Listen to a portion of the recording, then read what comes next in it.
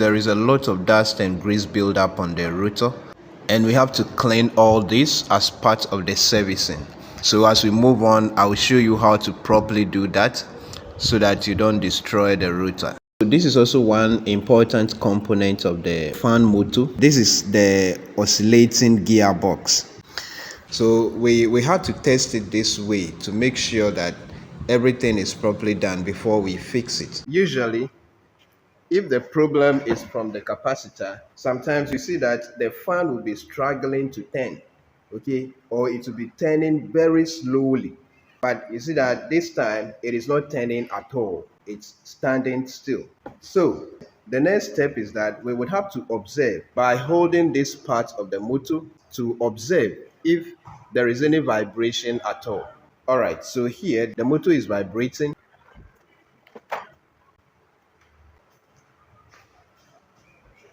First, we have to remove the guard to hold it together.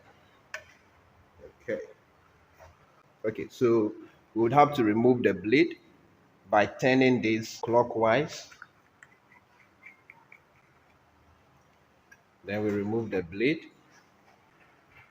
Okay, so we now have to remove this other guard so that we can get hold of only the motor. Okay, so the next thing is we are going to open this motor compartment so that we can get access to the internal components and then work on them.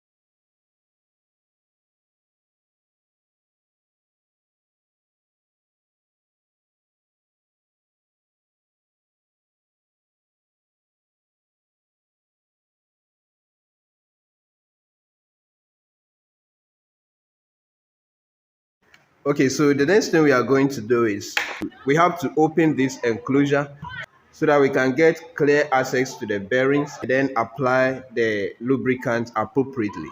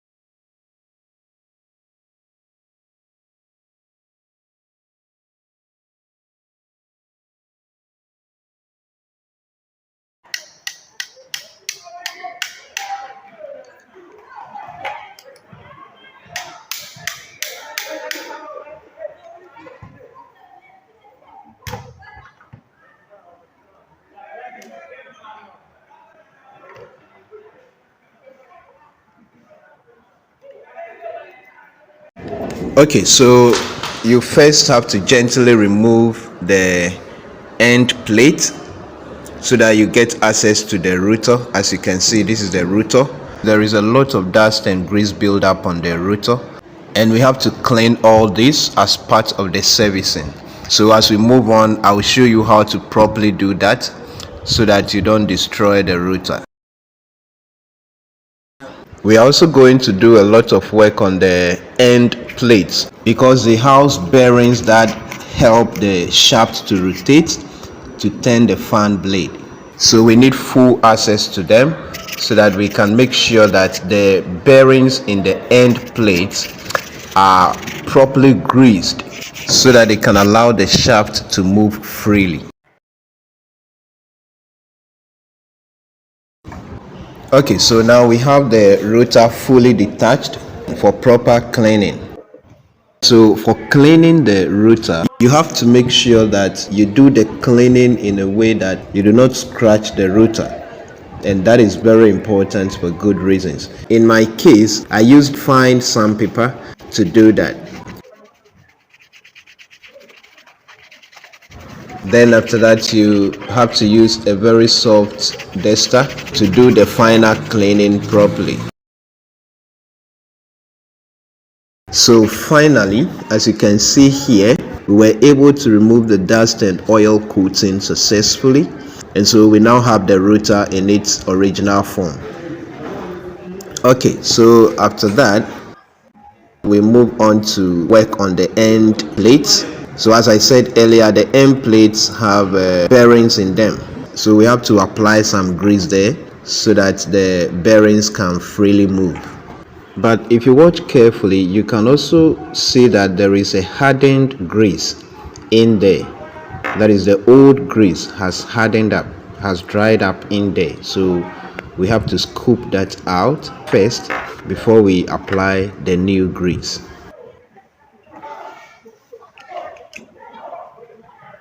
So you make sure that all the bearings are properly greased and are very free to freely move.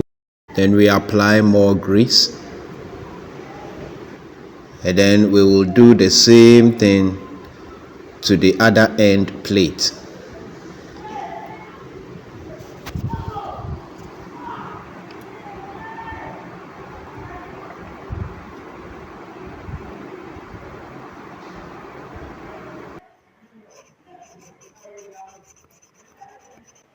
So when we are done with this one, then we do same to the other end shield or end plate. Alright, so this is also one important component of the fan motor. This is the oscillating gearbox. So this is what makes the fan to turn from left to right when working. A lot of turning happens in this gearbox, so we need to fill that also with a lot of grease. Okay, so you realize that at the back of the fan there is a little rod that you can use to control whether the fan should oscillate or stand still. Okay, so what causes that movement happens in this gearbox.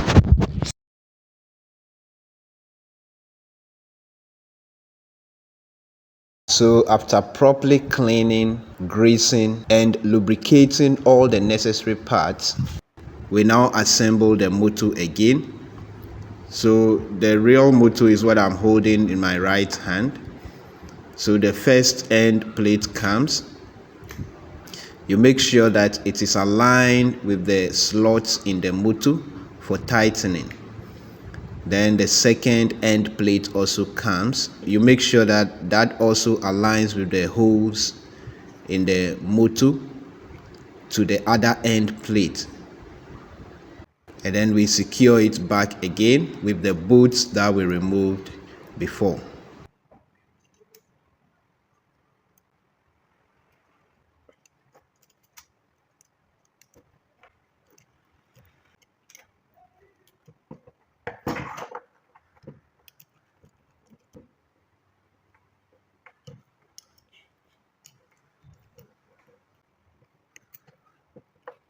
This is actually the engine of the standing fan.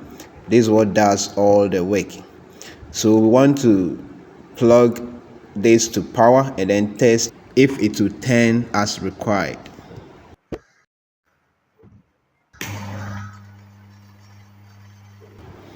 Okay, so as you can see, it's turning with full force.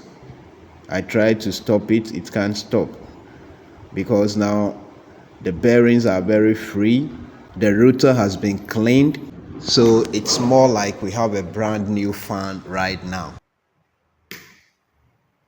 So we had to test it this way to make sure that everything is properly done before we fix it.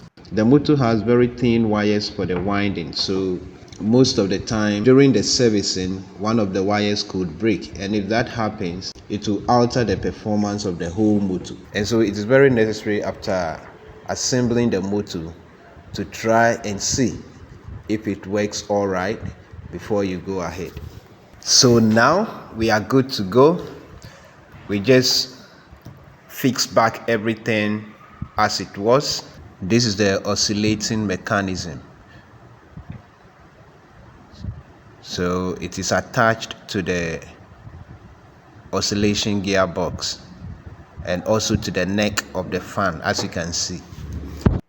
This pin is also very important. This gives the fan blade a limit. It makes the fan blade stable so that it doesn't move anyhow on the shaft. And so during the reassembling, you have to make sure that everything that was removed has to be placed back. Otherwise, you finish and your fan will still malfunction. This is also the capacitor. So this time you realize that the capacitor was intact. We did not have to change the capacitor because after testing the motor we realized that it was turning with the appropriate force that we needed to turn with. So there is no need to replace the capacitor this time because we realized from the beginning that the problem was not a capacitor problem.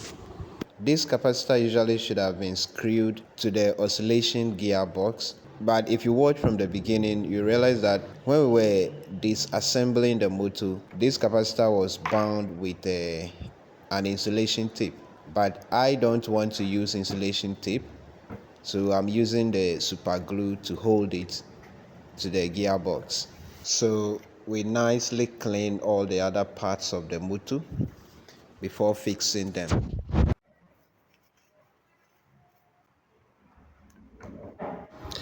So when reassembling, you ensure that every part goes to its rightful place, and then you also make sure that every screw goes to its appropriate screw hole.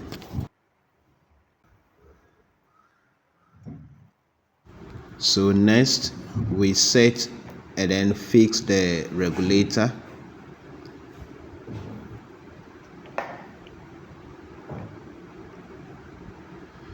So this is the regulator that controls the different speeds of the motor. So we secure that one as it was.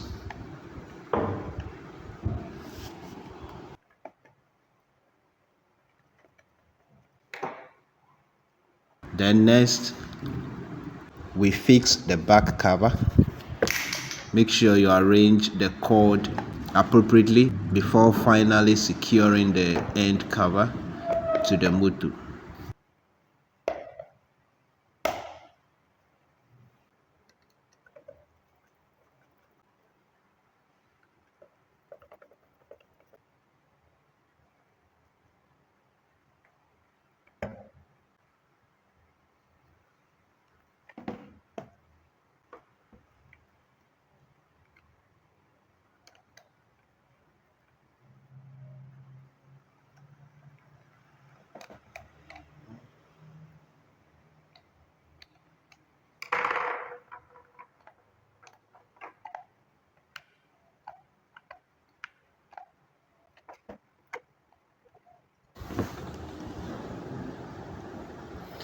Then we bring the first guard. Make sure you set it correctly so that it fits to the original screw holes, and then you screw it very tight. Then next the fan blade comes, and then it sits on the pin. You remember the pin that we fixed. Then next the blade retaining nut, and then you tighten it. The tightening goes anti-clockwise. Alright, so we will do our second test to see if it rotates and blows air as we want. Okay, so as you can see,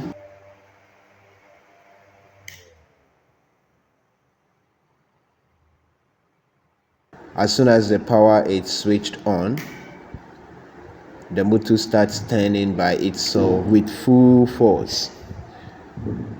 Now we are sure that our work is done, and so we bring the second guard and then we cover it. Some of the guards have lockers, so you just lock them together. Others also have screws. So finally we bring the head and then attach it to the stand, and our work is fully done. So we attach it to the stand and then secure it.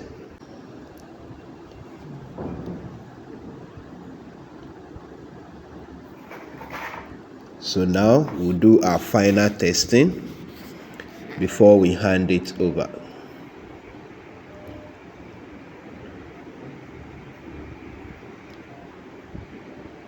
There you go.